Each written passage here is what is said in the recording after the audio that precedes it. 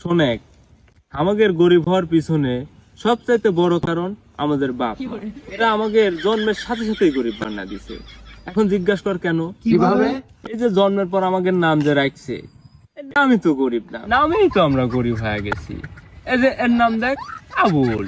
জীবনে শুনছু আবুল নামের কেউ বড় লোক আছে যার কোটি কোটি টাকা? জীবনেও লয়, নামেই তো আমরা গরিব হয়ে গেছি। আবার এই যে এর নাম দেখ, তুজাম। এর নাম শুনি মনে হয় ধান কাটতে যাবি।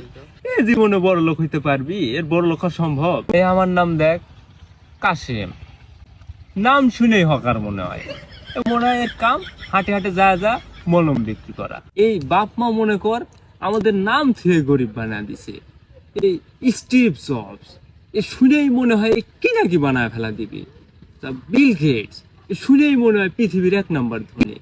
ইলন মাস্ক, মার্ক জুকারবার্গ, এর নাম শুনলে মনে হয় কি নাকি। এর নাম দেখ, লেলন। এর নামে কিভাবে বড় লোক হবে কয়? শুনেই মনে হয় সাপুরিয়া।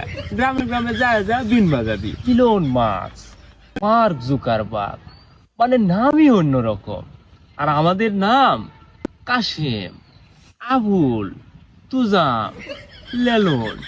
এই নামই গরিব। পোলাপন হওয়ার সাথে সাথে এমন দমদার নাম রাখা লাগবে, মানে নাম শুনেই মনে হয় যে পৃথিবী একবারে ধ্বংস করে ফেলা দিবি।